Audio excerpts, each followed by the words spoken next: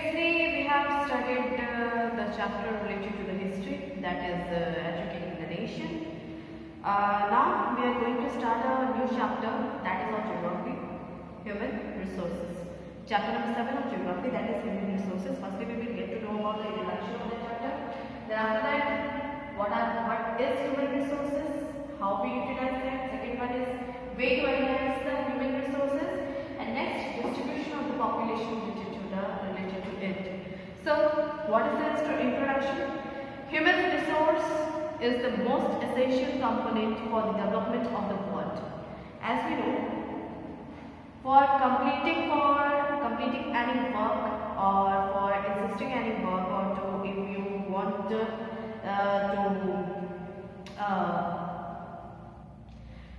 work on a company, to produce a company, we need human resources. Or for the industrial work, we need the human resources. For hospitality, we need the human resources. Because without human, each and everything can't be done. So, human resources is the most essential component of the development of the world. It is not just for the numbers, it is the quality and the capacity of the human resources, which can be distinct factors for the development of the country. For the development of the country, we need the quality of the human beings. Okay, means we need educated human beings. We need the human beings which have the capability to do the work, and which have the capability of the new ideas, to produce the new ideas. We need that type of human resources, because poorly educated or low trained or unhealthy or unreliable human resources cannot give the good output of any work. So, or any human activity, such as being agriculture, industry or service, we need good human resources to complete a particular task. So, what are human resources? We are going to know about that. What is human resources? On Earth has a variety of natural resources which include water, land, soil, minerals, plants and animals, etc. It is the unique capability of the human beings as a resource which can explore, exploit or convert or improve upon these natural resources to make them more usable and more productive. To make a particular product into a more usable way, we need the human resources. Okay? To convert it, to exploit it, to explore it, for exploring each and everything, to exploit it, to improve it, and to convert it into the new form, we need human resources. So, this is possible as the human mind can observe, analyze, experiment and devise new things and convert it into the new form. Okay? It appears that more the human being is any particular nation, more should be the worth of the resources, but it is not so, as the quality of the human resources available is far more important than just a quantity. Quality of the human resources is more required as compared to the quantity of the human resources.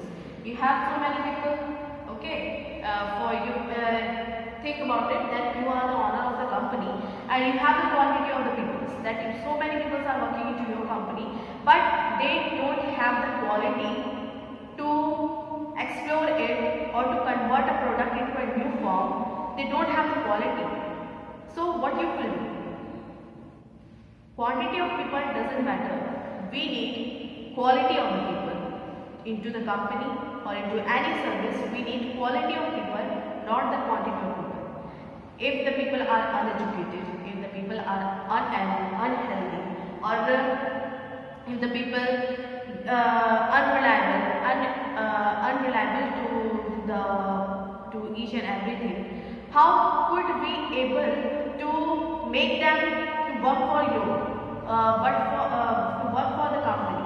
Because they are not educated, they are not doing anything, they are not knowing about, they are unhealthy, they are unfit and doing work for your company.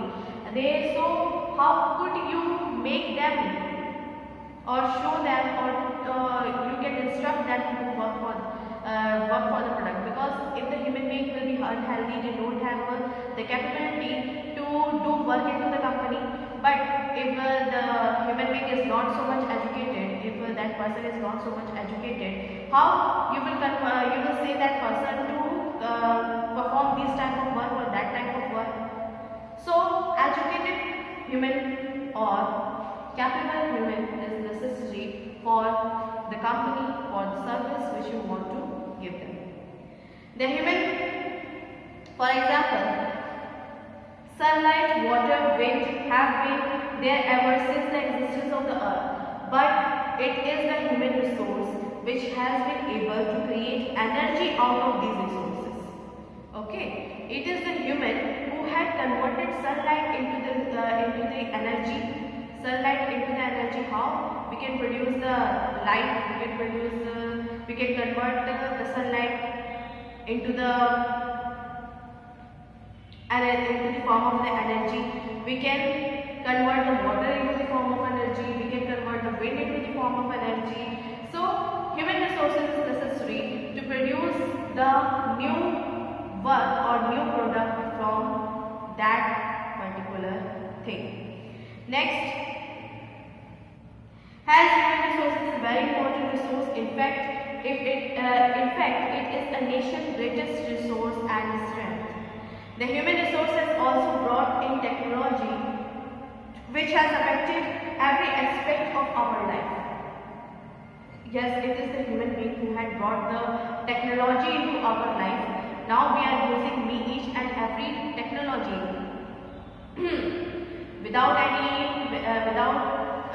just imagine the world without technology is not so possible. We are using the mobile, for watching the online classes.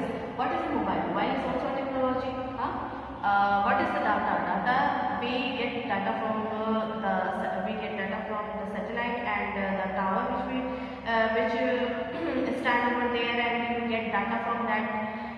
So these all the things are converted into the technology, and technology helps us reduces the pressure and make our work more and more easier. So the transportation, in the term of comfort, transportation, communication, health and medicine, etc. Also, there is a need of other facilities like food, health and education, which ultimately improve the quality of the manpower resources. Okay, obviously the food, the education will improve the manpower resources, and it is therefore important that every nation give due weightage towards the development of this most important resource of nature. Next, way to enhance the human resources. What are the ways to enhance the human resources? That is, the capability of human resources can be developed by taking the following measures. First one is providing them with education, technical, vocational and professional skills. We have to train them into the technical, vocational and the professional skill. We have to train them. And also we should provide the education by which they will be able to perform the particular service which they want to join, or in which they want to do the work. Next, balanced food and good health. As a healthy body has a healthy mind. This we know. For a healthy mind, we need a balanced diet. We need a healthy food, and to maintain our body, we need it. Next, making available of tools, machines and other implements. Second thing, healthy environment so that they can capable for working hard. For working hard and for working smart, they need a healthy environment. Next, opportunities for good training and employment. These are the ways that enhance the human resources. Okay. Next, distribution of population. Distribution of population can be based on education, can be based on age, can be based on male or female. These are the things by which distribution of population has been done. Human resources, like other resources, are not evenly spread all over the world. The differ is in number. They differ in number, gender, technological and educational level, age group, etc. By these groups, we can divide the population of the human. First thing is by the differ of number. Second one is gender. Third one is technological. Fourth one is educational level. And fifth one is age group. Some areas are thickly populated, whereas some areas are sparsely populated. Into some areas, as we say that in our India is a thickly populated country. Why? We can see in Africa or in America, they are sparsely populated. They are not so much populated as comparison to the India. Next, the distribution of population is influenced by a number of factors. This could be grouped as geographical factor or miscellaneous factor. The distribution of population are divided into two factors. First one is geographical factor and second one is miscellaneous factors. So we are going to know about the geographical factor. What was the geographical factor which influenced the human population? First one is topography, like plains, plateaus, mountains, mountain region. These landforms on which population used to be survived. Into the plain areas, we can see that it is densely populated. Why it is densely populated? Because it is fertile. Water is easily available, and road construction. Road can be easily available over there. Road construction, we can construct a road into the easily way. So these are the things that affect the human population. The density of people in the plain is far more than that of the plateaus and mountains. People prefer to live in the plain as compared to the mountain and plateaus because in the plain the land is more fertile and good for the agriculture, as I have already told you. Flat surface of the plain is suitable for the construction of houses, roads, rails, lines, etc. It is easier to lay out canals and provide good irrigation into the plain area.